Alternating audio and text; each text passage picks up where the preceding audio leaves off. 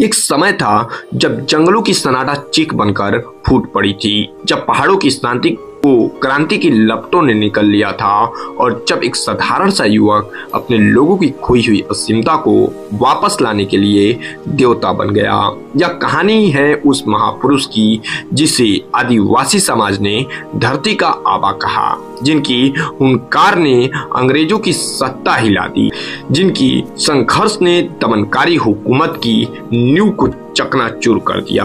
19वीं शताब्दी के अंत में अंग्रेज अपने कुटिल इरादों के साथ जल, जंगल और जमीन पर कब्जा जमाने चले थे, लेकिन वे भूल गए थे कि यह भूमि किसी राजा की नहीं बल्कि उन असली मालिकों की थी जिनका नाता इन वनों से सदियों पुराना था। जब आदिवासियों को उनके अपने ही जंगलों से बेदखल किया जाने लगा, जब उनकी पहचान मिटाई जाने लगी, तब एक ज्वाला भड़क उठी, एक नाम गूंज उठा और वह नाम था बिरसा मुंडा। यही वह नाम था जिसने अपने लोगों को संगठित किया, अन्याय के खिलाफ आवाज उठाई और अंग्रेजों के जमींदारी प्रथा के जाल को उखाड़ फेंकने की कसम खाई। मात्र विद्रोह नहीं था, यह एक महाविद्रोह जो आदिवासी अस्मिता और संस्कृति की रक्षा के लिए लड़ा गया था। लेकिन क्या अंग्रेज इतनी आसानी से हार मानने वाले थे? क्या बिरसा मुंडा अपने लोगों को उनके हक दिलाने में सफल हुए,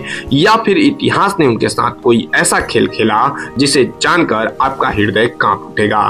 तो चलिए शुरुआत करते हैं उस महानायक की गाथा से जिसे धरती का पिता कहा गया। वह योद्धा जिसने आदिवासियों की खोई असीमता को वापस लाने के लिए पूरी सत्ता से टकराने की ठानी, वह नायक जिसका नाम अंग्रेजों के लिए एक भय था और अपने लोगों के लिए एक आस। शुरू करते हैं बिरसा मुंडा की वो कहानी जिसे आपसे छिपाया गया। तो बात है उस सर्द नवंबर की, जब रात की रांची जिले का उलीहातू गांव चारों तरफ जंगलों से और पहाड़ों से घिरा हुआ था। आसमान साफ था, सितारे चमक रहे थे, मानो कुछ खास होने की खबर दे रहे हो। हवा ठंडी थी, पेड़ों के पत्तों को हिलाते हुए हल्की सीटी बजा रही थी। गांव में एक छोटी सी झोपड़ी होती है, मिट्टी की दीवारें, ऊपर घास की छत, अंदर कर्मी हाटू नाम की औरत दर्द से करा रही होती है। उसका पेट फूला हुआ था, बच्चा आने वाला था। बाहर गांव की कुछ औरतें इकट्ठा थी, कोई मंत्र पढ़ रही थी। पास सुगना मुंडा खड़ा था, चुपचाप मन में उतल पुतल लिए कि कुछ बुजुर्ग पेड़ के नीचे बैठे धीमी आवाज में बातें कर रहे थे। भगवान सब ठीक कर देगा। उसी रात 15 नवंबर 1852 सुगना और कर्मी की आंखों में अपने बेटे के लिए प्यार था, लेकिन साथ में एक डर भी था। उनका गांव गरीब था, जिंदगी कठिन थी, ऊपर से अंग्रेजों और जमींदार हर दिन उनके हक को छीन रहे होते हैं। बिरसा का जन्म तो उलीहातू में हुआ, पर वहाँ ज्यादा दिन ठहरना नसीब नहीं हुआ। मुंडा लोग जंगल के साथ जीते थे, उनके लिए पेड़, नदियां, जमीन सब कुछ उनका घर था, लेकिन अब वो घर छीना जा रहा था। अंग्रेज आए थे, साथ में जमींदार और साहूकार भी। वो कहते थे यह जंगल हमारा है, यह जमीन हमारी है। सुगना की भी थोड़ी सी जमीन थी, पर एक दिन वो भी चली गई। साहूकार ने कागज दिखाया, कागज ने हस्ती की और जमीन हाथ से निकल गई। गांव में रोज लड़ाई होने लगी, कोई कहता यह हमारी जमीन है, कोई कहता अब हमारा हक नहीं रहा। सुगना के लिए गांव में रहना मुश्किल हो गया। उसने सोचा कहीं और चलते हैं, शायद वहां चैन मिले तो। सुगना ने अपनी बीवी, बच्चे और थोड़ा सा सामान लिया और चाक धौरा चला गया। वहां जंगल था, पर वो पहले जैसा नहीं रहा। अंग्रेजों ने नियम बना दिए थे, लकड़ी काटनी है तो पैसे दो, जंगल में घुसना है तो कर दो। सुगना सोचता यह क्या बात हुई, जो हमारा था उस पर अब किराए देना पड़े। वहां भी हालात ठीक नहीं हुए। साहूकारों का डर, अंग्रेजों का दबाव, सब कुछ वैसा ही था। मजबूरी में सुगना ने फिर से सम्मान बांधा और बांध संजोड़ की तरफ चल पड़ा। नन्हा बिरसा यह सब देख रहा था। अभी वह मात्र 4-5 साल का ही था। उसे समझ नहीं आता था कि माँ पापा बार बार सामान क्यों बांधते हैं, गांव क्यों छोड़ते हैं। पर उसकी आंखों ने बहुत कुछ देख लिया। अपने लोगों को रोते हुए, जंगल से बेदखल होते हुए एक दिन वो अपनी माँ से पूछ बैठा, हम कब तक ऐसे भटकते रहेंगे। अम्मी ने उसे गले लगाया पर जवाब दे नहीं पाई। बिरसा के मन में एक सवाल पक्का हो गया, हमारी जमीन पर हमारा हक क्यों नहीं है। बिरसा के घर में खाना कभी पूरा नहीं होता था। कर्मी सुबह उठती, जंगल से लकड़ी लाती, फिर उसे बेचकर थोड़ा सा अनाज खरीदती। घर में 4 लोग थे, सुगना, कर्मी, बिरसा और उसका बड़ा भाई कोहड़ा। जो अनाज आता उसे बांट लिया जाता। कई बार रात को पेट में हल्की सी भूख रह जाती थी। बिरसा देखता था कि उसकी माँ खाना बांटने के बाद खुद भूखी सो जाती थी। कोहड़ा अभी मात्र 10 साल का ही था जब उसे एक साहूकार के घर काम करना पड़ा। सुबह सुबह वो छोटे से थैले में रोटी बांध कर जाता था। साहूकार का घर बड़ा था पर कोहड़ा को वहाँ झाड़ू लगानी पड़ती थी, बर्तन मांजने पड़ते थे। एक बार बिरसा अपने भाई के साथ गया। उसने देखा कि कोहड़ा साहूकार के बच्चे के लिए पानी ला रहा था, जबकि वो बच्चे हंसते हुए खेल रहे थे। बिरसा को गुस्सा आया पर वो कुछ बोल नहीं पाया। इधर सुगना दिन भर मजदूरी करते, सुबह सूरज निकलने से पहले ही वो अपने कंधे पर फावड़ा डालकर अंग्रेजों और साहूकारों के खेतों की तरफ चल पड़ती थी। पूरा दिन पसीना बहाती, मिट्टी खोदता, फसल बोता। शाम को जब लौटता तो हथेली में बस 4-5 सिक्के होते। गर्मी रात को देर तक जागती, बांस की पतली छटिया लिए टोकरी बुनती ताकि सुबह बाजार में जाकर बेचकर कुछ पैसे मिल जाए। पर इतनी मेहनत के बाद भी घर में हमेशा कमी रहती थी। बिरसा यह सब देखता था, अपने माँ बाप का पसीना, भाई कोहड़ा का साहूकार के घर झाड़ू लगाना। वो सोचता, हम इतना काम करते हैं फिर भी पेट क्यों नहीं भरता। धीरे धीरे बिरसा का बचपन ऐसे ही कटने लगा। अच्छा खाना तो क्या, कई बार सूखी रोटी भी नसीब नहीं होती। अंग्रेजों ने उनके जंगल छीन लिए थे, खेत हड़प लिए थे।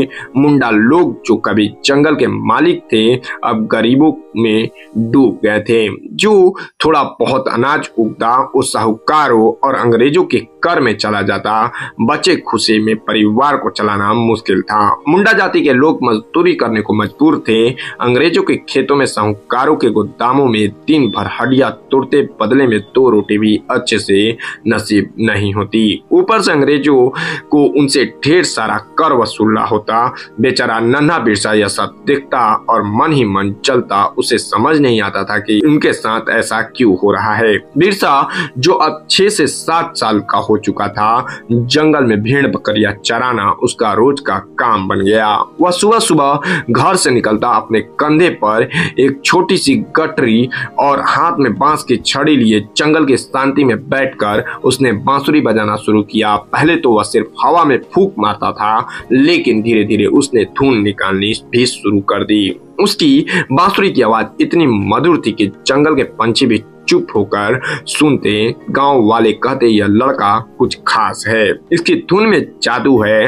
बांसुरी के साथ साथ उसने एक तारा भी बनाया, बांस का एक टुकड़ा, और उस पर तार चढ़ाकर एक तारा उसके साथ हर वक्त रहता। कभी कमर पर लटकता तो कभी हाथ में थमा। गांव के अखाड़े में कुश्ती लड़ना भी उसे बेहद पसंद था। वह अपने 2 दोस्तों के साथ मिट्टी में लौटता, धूल उड़ाता और हंसते हंसते एक दूसरे को पटकनी देता। उसका शरीर मजबूत था, कद लंबा और चेहरा ऐसा कि देखने वाले ठिठक जाएं। उसकी आंखों में एक चमक थी जो दूर से नजर आती थी। गांव की औरतें उसे देखकर कहती कि यह लड़का बड़ा होकर कुछ बड़ा करेगा, लेकिन गरीबी ने उसे ज्यादा दिन खेलने कूदने का मौका नहीं दिया। 8 से 9 साल की उम्र में उसे काम की तलाश में निकलना पड़ा। सबसे पहले वह अपने मामा के गांव वायु भट्टू गया।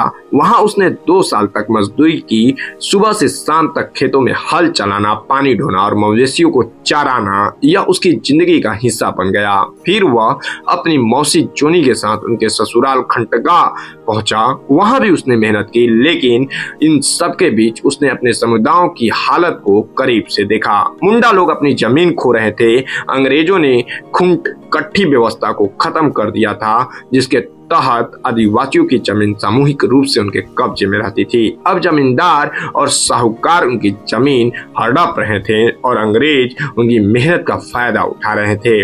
बिरसा के मन में यह सब देखकर एक सवाल उठने लगा, हमारा हक हमें क्यों नहीं मिलता। बिरसा की जिंदगी में एक बड़ा बदलाव तब आया जब वह सालंग गांव पहुंचा। वहां के एक शिक्षक जयपाल नाग, जो बिरसा को कभी कभी पढ़ा देते थे, बिरसा की प्रतिभा से प्रभावित हो गए। जयपाल ने सुगना से कहा, इस लड़के में कुछ बात है, इसे पढ़ने का मौका दो। लेकिन गरीबी के कारण गांव के स्कूल में पढ़ाना मुश्किल था। जयपाल ने सुझाव दिया कि बिरसा को जर्मन मिशनरी स्कूल में भेजा जाए, जहां मुफ्त शिक्षा मिलती थी, मगर इसके लिए एक शर्त थी, ईसाई धर्म अपनाना। सुगना और कर्मी को यह बात नागवारा गुजरा और वो बिरसा को स्कूल नहीं भेजी। परंतु इन्हीं दिनों में गांव में कुछ नए मिशनरी लोग आए। मिशनरी का मतलब ऐसे लोग जो किसी धर्म का प्रचार करते हो। वो लोग सफेद कपड़े पहनते थे, चेहरे पर मुस्कान लिए बड़े बड़े वादे करते थे, हम तुम्हारी जिंदगी बदल देंगे, कपड़े देंगे, खाना देंगे, बच्चे को स्कूल भेजो, बस हमारे साथ आओ और ईसाई बन जाओ। गांव के लोग गरीबी से तंग थे। कुछ को यह बात लुभाने लगी। सुगना भी इनकी बातों की सुनता था। एक दिन उसने सोचा, हमारी जिंदगी तो वैसे भी मुश्किल है, अगर बिरसा पढ़ लिख लेगा तो शायद उसका भविष्य हमसे बेहतर होगा। उसने बिल भेजने का फैसला किया। धर्म को मानते हुए जंगल, पहाड़ और प्रकृति की पूजा करते थे। उन्हें मिशनरी जंगली कहते और उनके रीति रिवाजों को नीचा दिखाते। साथ ही अंग्रेजों की नीतियां भी बिरसा को परेशान करने लगी। बिरसा पढ़ लिख लेगा तो शायद उसका भविष्य हमसे बेहतर होगा। उसने बिरसा को मिशनरी स्कूल भेजना शुरू किया और धर्म परिवर्तन कर लेते हैं। जंगल, पहाड़ और प्रकृति की वे पूजा करने लगते हैं तो उन्हें अंग्रेज मिशनरी जंगली कहने लगते हैं और उनके रीति रिवाजों को नीचा दिखाते हुए साथ अंग्रेजों की नीतियां भी बिरसा को परेशान करने लगी। उसने देखा कि कैसे जमींदारों को उनकी जमीन सौंप दी जा रही थी और कैसे उसके लोग भूखे मर रहे थे। ऐसे ही एक दिन स्कूल में मिशनरी ने कहा, तुम्हारा पुराना धर्म झूठा है, ईसा मसीह ही सच्चा रास्ता है। बिरसा चुप रहा, लेकिन उसके मन में तूफान उठने लगा। उसने सोचा, हमारे पुरखों ने हमें जो सिखाया वह झूठ कैसे हो सकता है। हमारे जंगल, हमारे पहाड़, हमारी आत्मा, ये सब तो हमारा सच है। उसने स्कूल छोड़ने का फैसला किया। 1890 के आसपास वह अपने गांव लौट आया और अपनी असली धर्म की ओर वापस मुड़ा। यह वक्त था जब बिरसा एक बच्चे से युवा बन रहा था और उसके मन में अपने लोगों की बचाने की आग सुलगने लगी थी। 1890 का दशक शुरू होते होते बिरसा एक लंबा और मजबूत, तेज तर्रार युवक बन चुका था। उसका कद करीब 6 फीट के आसपास था, कंधे चौड़े और हाथ पैर इतने ताकतवर कि वह एक झटके में भारी पत्थर को उठा लेता। उसकी त्वचा सांवली थी, लेकिन चेहरा ऐसा कि देखने वाले ठिठक जाएं। उसकी आंखों में गहरी चमक थी जो दूर से भी लोगों को अपनी ओर खींचती थी। उसकी आवाज में दम था। जब वह बोलता तो लगता जैसे जंगल की हवाएं भी रुककर उसे सुनने लगी। गांव वाले कहते, यह लड़का कोई साधारण इंसान नहीं है, इसके बोलने में जादू है, इसके चलने में तूफान। बिरसा ने अपने आसपास की दुनिया को गौर से देखा। छोटा नागपुर के जंगल, पहाड़ों में बसे उसके लोग दोहरे शोषण का शिकार थे। एक तरफ अंग्रेज थे जिन्होंने उनकी जमीन पर कब्जा कर लिया था, वहीं जो मुंडा समुदाय की सामूहिक जमीन की परंपरा थी उसको अंग्रेजों ने खत्म कर दिया। अब जमींदार और साहूकार उनकी फसलों को लूटते और अंग्रेज उनके मेहनत के पसीने का फायदा उठाते। दूसरी तरफ मिशनरी थे जो ईसाई धर्म का प्रचार करते हुए मुंडा लोगों को उनके सारना धर्म दूर कर रहे थे। सारना जंगल, पहाड़ और प्रकृति की पूजा उनकी आत्मा का हिस्सा था, लेकिन मिशनरी इसे जंगलीपन कहकर मजाक उड़ाते। बिरसा के मन में यह सब देखकर एक आग सुलगने लगी। उसने ठान लिया कि वह अपने समुदाय को एकजुट करेगा और उन्हें उन्हें उनका हक दिलाएगा। इसलिए 1890 के आसपास बिरसा ने एक नया रास्ता चुना। उसने अपने लोगों को उनके पुरखों की राह पर लौटने के लिए एक नया धर्म शुरू किया जिसे परसत कहा गया। उसने खुद को ईश्वर का दूत घोषित किया। यह कोई अहंकार नहीं था बल्कि एक जरूरत थी।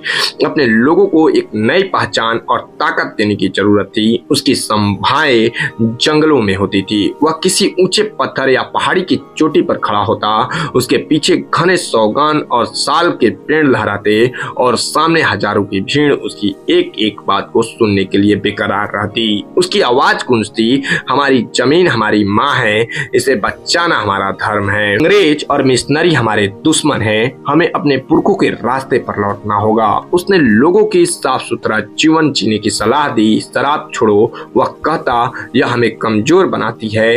रोज प्रार्थना करो और अपने जंगल और पहाड़ों को पूजो। उसका कहना था, सारना हमारा सच्चा धर्म है, जंगल हमारा मंदिर है, पहाड़ हमारा देवता और नदियां हमारी जीवन रेखा है। उसकी बातें सुनकर लोग मंत्रमुग्ध हो जाते। वह हर सभा में एक खास प्रार्थना करवाता। लोग हाथ जोड़कर आंखें बंद करके जंगल की ओर मुंह करके खड़े होते और उसके साथ दोहराते, सिंह बोंगा हमें रास्ता दिखा, हमारी धरती को बचाने की ताकत दे। यह प्रार्थना सिर्फ शब्द नहीं थी बल्कि एक क्रांति का बीज था। यहाँ मैं बताता चलूं कि सिंह बोंगा मुंडा आदिवासी समुदाय के सर्वोच्च देवता हैं। इन्हें सूर्य का देवता भी माना जाता है। सिंह बोंगा को ब्रह्मांड का निर्माता भी कहा जाता है। बिरसा सिर्फ एक नेता या संत नहीं था, वह जंगल का बेटा था जिसे प्रकृति की हर बूटी का इल्म था। बचपन से वह जंगल में भेड़ चराते वक्त उसने पेड़ पौधों को करीब से देखा था। उसकी माँ कर्मी और दादी उसे जड़ी बूटियों के बारे में बताती थी। यह पत्ती बुखार ठीक करती है, यह जड़ घाव को भरती है। बिरसा ने उसे गंभीरता से लिया और 1890 के दशक में उसने जड़ी बूटियों की पढ़ाई की और गहराई से सीखा। वह जंगल में घंटों घूमता, अलग अलग पेड़ों पौधों को छूकर देखता, उनका गंध सूंघता और उनके गुणों को आजमा आता। उसका ज्ञान इतना गहरा था कि वह किसी को देखते ही उसकी बीमारी समझ जाता। एक बार एक गांव वाला उसके पास आया जिसके पैर में गहरा घाव था। बिरसा ने उसे बैठाया, पास की झाड़ी से कुछ पत्तियां तोड़ी, उन्हें पीसकर घाव पर लगाया और ऊपर से एक साफ कपड़ा बांध दिया। उसने कहा, 3 दिन तक इसे ऐसे ही रखना। तीसरे दिन वह आदमी ठीक होकर वापस आया और बिरसा के पैरों में गिर पड़ा। गांव में ऐसी कई कहानियां फैलने लगी। कोई बुखार से तप रहा होता तो बिरसा नीम और तुलसी की पत्तियों का काढ़ा बनाकर पिलाता। किसी के पेट में दर्द होता तो वह अजवाइन और सौंफ का मिश्रण देता। लोग उसे वैद्य बिरसा भी कहने लगे। उसकी दवाएं मुफ्त थी और उसका इलाज ऐसा कि बड़े बड़े हकीम भी हैरान रह गए। उसने अपने अनुयायियों को भी यह कला सिखाई। वह कहता, जंगल हमारा खजाना है, इसमें हर मर्ज की दवा छिपी है, हमें इसे सीखना होगा। उसका यह कला न सिर्फ लोगों का भरोसा जीतती थी बल्कि उनके बीच उसकी लोकप्रियता को और बढ़ाती थी। बिरसा की बातें और उसके कामों का असर ऐसा था कि मुंडा लोग उसके पीछे चल पड़े। खरिया और उरांव समुदाय के लोग भी उससे जुड़ने लगे। उसकी सभाओं में हजारों की भीड़ जुटती। लोग पैदल चलकर जंगल और नदियां पार करके सिर्फ उसे सुनने आते। एक सभा में करीब 5000 लोग जमा हुए थे। वहां बूढ़े जवान और बच्चे सभी बैठे थे और बिरसा एक ऊंचे टीले पर खड़ा था। उसने कहा, अंग्रेज रावण हैं, वे हमारी जमीन को निकल रहे हैं, हमें अपनी धरती की रक्षा करनी है। उसकी बातें सीधे सीधे दिल में उतरती थी। लोग चिल्लाएं, धरती आबा, और यह नाम उसके साथ हमेशा के लिए जुड़ गया। हिंदू और मुस्लिम भी उसकी सभाओं में आने लगे। एक बार एक हिंदू साहूकार जो पास के गांव में रहता था बिरसा को सुनने आया। उसने कहा, मैंने ऐसा इंसान पहले नहीं देखा, यह तो कोई संत है। बिरसा की सादगी लोगों को मोह लेती थी। वह कभी ऊंची आवाज में नहीं बोलता था लेकिन उसकी हर बात में एक आग थी। वह अपने अनुयायियों के साथ जंगल में रहता, उनके साथ मिट्टी के चूल्हे पर खाना पकाता और रात को आग के पास बैठकर बातें करता। 1895 तक बिरसा का प्रभाव इतना बढ़ गया कि अंग्रेजों की नींदें उड़ने लगी। उनका खुफिया रिपोर्ट में लिखा गया, यह आदिवासी युवक खतरनाक हो रहा है, इसके पीछे हजारों लोग हैं। एक दिन ऐसे ही छोटा नागपुर के घने जंगलों में करीब 200 लोगों की बैठक होती है, जिसमें मुंडा, खरिया और उरांव समुदाय के पुरुष, औरतों और बच्चे शामिल थे। बिरसा की आवाज जंगल में गूंज रही थी। वह बोल रहा था, हमारी जमीन हमारी माँ है, इसे कोई नहीं छीन सकता। अंग्रेज और जमींदार हमें गुलाम बनाना चाहते हैं, लेकिन हम गुलामी नहीं करेंगे। अबुआ देशम, अबुआ राज, हमारा देश हमारा राज। लोग जोश में आ गए। उसकी आवाज में एक ऐसी ताकत थी कि सुनने वाले के रोंगटे खड़े हो जाते थे। उसने आगे कहा, हम ना देंगे, जंगल ना देंगे, जमीन जोत हल साहब रहे जाए बल। इसका मतलब था कि चाहे कुछ भी हो जाए, हम अपनी जमीन जोतते रहेंगे। अंग्रेज भाग जाएं, हम अपनी माटी नहीं छोड़ेंगे। लोग चिल्ला उठे, धरती आबा, धरती आबा। उनकी आवाजें जंगल की शांति को तोड़ रही थी। बिरसा हाथ उठाकर उन्हें शांत किया और कहा, हम एकजुट होना होगा, यह लड़ाई हमारी आजादी की लड़ाई है। तभी दूर से घोड़ों की टापू की आवाज सुनाई दी, पहले धीमी फिर तेज। घोड़ों की टापू की आवाज सुनाई दी, पहले धीमी फिर तेज। तभी पेड़ों के बीच से काले घोड़े पर सवार अंग्रेज सिपाही नजर आए। उनके पीछे कुछ देसी सिपाही भी थे, जिनके हाथों में बंदूक और लाठियां भी थी। यह देख सभा में बैठे लोग चौंक गए। औरतें अपनी बच्चों को गोद में उठाकर पीछे हटने लगी, लेकिन बिरसा स्थिर रहा। वह पेड़ के नीचे खड़ा था। उसकी आंखों में ना डर था ना घबराहट। सिपाहियों ने उसे चारों तरफ से घेर लिया। तभी एक अंग्रेज अफसर घोड़े से उतरा। उसकी वर्दी पर सोने के बटन चमक रहे थे और सिर पर टोपी थी जो बारिश से टपक रही थी।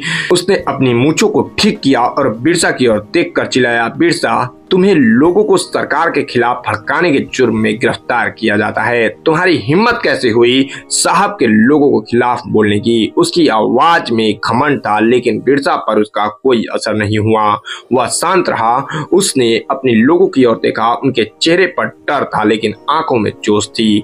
धीरे से कहा, गुस्सा मत करना, मैं इनके साथ जाऊंगा। यह लड़ाई अभी खत्म नहीं हुई है।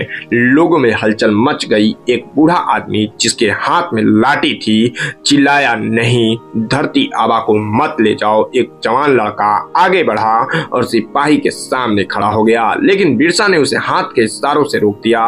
उसने कहा, शांति रखो, ये वक्त हमारी एकता का इम्तिहान है। सिपाहियों ने उसे हथकड़ी डाल दी। लोहे की ठंडी हथकड़ी उसकी कलाई पर कस गई, लेकिन उसका चेहरा अभी भी शांत था। अंग्रेज कैप्टन ने अपने सिपाहियों को इशारा किया और उन्होंने बिरसा को घोड़े पर बैठा दिया। बिरसा जाते जाते अपने जंगल की ओर देख रहा था, मानो अपने लोगों को कह रहा हो, मैं लौटूंगा।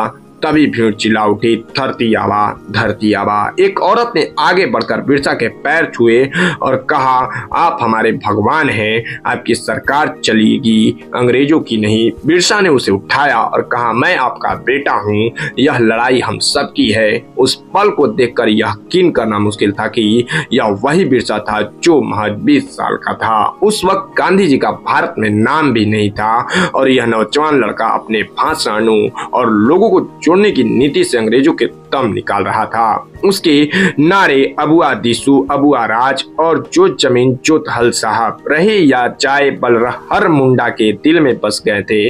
लोग उसे एक दिव्य पुरुष मानने लगे थे। उनका विश्वास था कि बिरसा ही उनकी असली नेता है, जो उन्हें अंग्रेजों और जमींदारों के चंगुल से आजाद कराएगा। तब 25 नवंबर 1895 को रांची की एक छोटी सी अदालत में बिरसा का फैसला सुनाया गया। जज ने कागज पढ़ते हुए कहा, बिरसा मुंडा, तुम पर सरकार के खिलाफ भड़काऊ भाषण देने का आरोप है। तुमने लोगों को विद्रोह के लिए उकसाया है। भारतीय दंड संहिता की धारा 205 के तहत तुम्हें दोषी पाया गया। जज ने सजा सुनाई कि 2 साल का सश्रम कारावास की इसकी सजा, इसके साथ 50 का जुर्माना भी लगाया जाता है। बिरसा ने कुछ नहीं कहा। उसने अपने वकील की ओर देखा जो एक साधारण वकील था जिसे गांव वालों ने किसी तरह पैसे इकट्ठा करके भेजा था। वकील ने कहा, माय लॉर्ड, बिरसा ने सिर्फ अपने लोगों की भलाई की बातें की, उसने हिंसा नहीं की, लेकिन जज ने उसकी एक ना सुनी। बिरसा को हाजिरी बाग जेल भेजने का आदेश दे दिया गया, जहां बिरसा को दिन में 8 घंटे सश्रम कारावास करना पड़ता था। उसे कोल्हू बैल की तरह जूता जाता, जहां उसे अनाज पीसना पड़ता। जेल के बाहर बिरसा के अनुयायी चुप नहीं बैठे थे। उन्होंने जेल के बाहर प्रदर्शन शुरू कर दिए। हर हफ्ते सैकड़ों लोग हजारीबाग जेल के बाहर जमा होते और नारे लगाते, धरती आबा को रिहा करो, भगवान बिरसा को रिहा की चलेगी। सरकार अंग्रेज अफसरों को डर था कि अगर बिरसा को ज्यादा दिन जेल में रखा गया तो विद्रोह और भड़क सकता है, इसलिए उन्होंने उसकी सजा को जल्दी खत्म करने का फैसला किया। 30 नवंबर 1871 आदिवासियों को ईसाई बनने का शर्त पर अकाल से बचाने में मदद की थी। उसके जेल से छूटने के समाचार से ईसाई मिशनरी काफी चिंतित थे। जेल से लौटने के बाद बिरसा और महिमा मंडित हो गए। उसके दर्शन के लिए चकदार में भीड़ उमड़ने लगी। लोग अपने प्रिय नेता का दर्शन पाकर धन्य हो रहे थे। जेल से लौटने के बाद बिरसा ने सबसे पहले उन मिशनरियों को जवाब देना शुरू किया जो उसके लोगों को ठग रहे थे। उसने देखा था कि जेल में मिशनरी कैसे कैदियों को ईसाई धर्म अपनाने के लिए मजबूर करते हैं। बाहर आकर उसने अपने लोगों को इकट्ठा किया और कहा, ये मिशनरी हमें भोली भाली जनता समझते हैं। वे हमारे जड़े से काटना चाहते हैं, लेकिन अपनी संस्कृति नहीं छोड़ेंगे। सारना हमारा धर्म है और जंगल हमारा मंदिर। बिरसा ने अपने आंदोलन को अब धार्मिक और राजनीतिक रूप देना शुरू किया। उसने अपने अनुयायियों को एकजुट करते हुए कहा, हमें सिर्फ अंग्रेजों से नहीं बल्कि इन मिशनरियों से भी लड़ना है। वे हमारे लोगों को लालच देकर, डराकर और झूठ बोलकर हमें तोड़ना चाहते हैं, लेकिन हम टूटेंगे नहीं। उसने अपने आंदोलन को बिरसा द के रूप में और मजबूत किया और हमारा राज अबुआ राज हमें आजादी देगा। बिरसा ने अपने लोगों को संगठित करना शुरू किया। उसने हर गांव में अपने भरोसेमंद साथियों को भेजा जो लोगों को एकजुट करते। उसने अपने आंदोलन को एक सशस्त्र विद्रोह का रूप देना शुरू किया। उसने कहा, अब वक्त आ गया है कि हम हथियार उठाएं। जंगल हमारा किला है और तीर कमान हमारा हथियार। उसने अपने अनुयायियों को गुरिल्ला युद्ध की रणनीति सिखाई। यह वही रणनीति थी जिसने बाद में उलगुलान को जन्म दिया। धीरे धीरे बिरसा अपने धर्म से लोगों को जोड़ने लगे और तभी 1819 साल का बिरसा मुंडा की जिंदगी का सबसे बड़ा मोड़ लेकर आया। हजारीबाग के जेल से रिहा होने के बाद बिरसा और मजबूत हो चुके थे। उसने जेल के अंधेरों में जो कष्ट सहे वे उसके लिए एक सबक थे। उसने समझ लिया था कि अंग्रेजों और उनके साथी जमींदारों को शांतिपूर्वक तरीके से नहीं हराया जा सकता। अब वक्त था हथियार उठाने का। उसने अपने लोगों को इकट्ठा करना शुरू किया। चक्रधरपुर और तुम्हा के जंगलों में उसने गुप्त सभाएं की। इन सभाओं में वह ऊंचे पत्थरों पर खड़ा होता। वह कहता, अब बातों से काम नहीं चलेगा, हमें अपनी ताकत दिखानी होगी। अंग्रेजों ने हमारी जमीन छीनी, हमारी संस्कृति को मिटाने की कोशिश की। अब वक्त है कि हम जवाब दें। बिरसा अपने अनुयायियों को हथियार उठाने के लिए तैयार किया। उसने 6000 से ज्यादा आदिवासियों को एकजुट किया। मुंडा, खरिया और उरांव समुदाय के लोग, इनमें जवान लड़के, बूढ़े और यहाँ तक कि औरतें भी शामिल थी। उनके हथियार साधारण थे, तीर, कमान, भाले और कुल्हाड़ी। यह हथियार जंगल से ही बनाए गए थे। बांस के डंडे के तेज करके तीर बनाए गए और पत्थरों को रगड़कर भाले की तरह नोक कर दिया गया। बिरसा ने अपने लोगों को गुरिल्ला युद्ध की रणनीति सिखाई। वह कहता, जंगल हमारा किला है, हमें अंग्रेज को सीधे नहीं लड़ना, हम हमला करेंगे और जंगल में गायब हो जाएंगे। उसकी रणनीति साफ थी, छोटे तलों में हमला करना, दुश्मन को परेशान करना और फिर जंगलों की गहराइयों में छिप जाना। उसने अपने अनुयायियों को हर गांव में फैलाया। हर गांव से कुछ लोग चुने गए जो बिरसा के संदेश को आगे ले जाते। बिरसा का नारा था, अंग्रेजों को भगाओ, अपनी जमीन बचाओ। यह नारा हर गांव में गूंजने लगा। लोग अपने घरों में, खेतों में और जंगलों में यही नारा दोहराते। बिरसा की सेना तैयार थी। अब वक्त था उल-गुलान, महाविदर्भा, बसिया और रांची में विद्रोह फैलाया। उसने अपने लोगों को 4 दलों में बांटा। हर दल में 1500 से 2000 लोग थे। उसने कहा पुलिस चौकियां, सरकारी इमारतें, जमींदारों के घर और चर्च सब कुछ निशाना होगा। 25 दिसंबर 1919 की रात को खूंटी की एक पुलिस चौकी पर हमला हुआ। रात के सन्नाटे में तीरों की बौछार हुई। चौकी के 5 सिपाही घबरा गए। बिरसा के लोग चौकी पर टूट पड़े। उसे आग लगा दी गई और सिपाहियों को जंगल में खदेड़ दिया। अगले कुछ दिनों में तमाड़, बसिया और रांची में भी हमले हुए। बिरसा की सेना ने सरकारी इमारतों को जलाया। बिरसा की रणनीति गुरिल्ला युद्ध की थी। वह हमला करता और जंगल में गायब हो जाता। अंग्रेज उसे पकड़ नहीं पाते थे। उसका नारा अंग्रेजों को भगाओ, अपनी जमीन बचाओ हर गांव में गूंजने लगा। अंग्रेजी हुकूमत की नींद उड़ गई। रांची में अफसरों की बैठकें शुरू हो गई। एक अंग्रेज अफसर ने कहा यह जंगली हमें तबाह कर देगा, इसे जल्दी पकड़ना होगा। 9 जनवरी 1900 को डुमरी को सैल रकाब पहाड़ी पर अंग्रेजों ने बिरसा के समर्थकों को घेर लिया। बिरसा ने 2000 अनुयायियों के साथ वहां डेरा डाला था। बिरसा अपने लोगों को संबोधित कर रहा था, हम हार नहीं मानेंगे, यह हमारी जमीन है। अचानक सिपाहियों की 300 की टुकड़ी पहुंची। उनके पास बंदूकें और तोपें थी। अंग्रेज कैप्टन ने कहा बिरसा आत्मसमर्पण कर दो। बिरसा ने जवाब दिया हम मरने को तैयार हैं। इधर से तीरों की बौछार शुरू हुई और उधर अंग्रेजों ने बंदूक चलाई, गोलियां बरसी और सैकड़ों आदिवासी मारे गए। खून से पहाड़ी लाल हो गई। बिरसा ने अपने लोगों को जंगल में पीछे हटने का इशारा किया और खुद भी छिप गया। अंग्रेज उसे पकड़ नहीं सके। सैल रकाब की लड़ाई के बाद अंग्रेज उसे पकड़ नहीं सके। सैल रकाब की लड़ाई के बाद अंग्रेजों ने बिरसा पर 5 लाख का इनाम रख दिया। यह इतना उग्र हो गया था कि अंग्रेज अब किसी भी हालत में बिरसा को पकड़ना चाहते थे। इसीलिए 3 फरवरी 1900 की रात को चक्रधरपुर के चांदकोपाई जंगल में बिरसा अपने 10-12 साथियों के साथ सो रहा था। तभी बिरसा के ही दल का एक आदमी 5 लाख में गांव वाले रोने धोने लगे। धरती आबा को पकड़ लिया गया। इधर जल में बिरसा की हालत दिन ब दिन बिगड़ने लगी। उसे कम खाना दिया जाता था, सड़ी रोटियां और गंदा पानी दिया जाता था। इतिहासकारों में इस पर आज भी बहस चलती है। कुछ इतिहासकार कहते हैं कि बिरसा की मौत हैजे से हुई। ये दावा करते हैं कि जेल की गंदगी और खराब पानी के कारण उसे हैजा हो गया, जिससे उसकी हालत बिगड़ गई। लेकिन कई अन्य इतिहासकार इसे इत्तेफाक बताते हैं। अंग्रेजों ने बिरसा के धीरे धीरे जहर देकर मार डाला। कहा जाता है कि अंग्रेज सिपाही रोज बिरसा को पानी में थोड़ा जहर मिलाकर देते थे।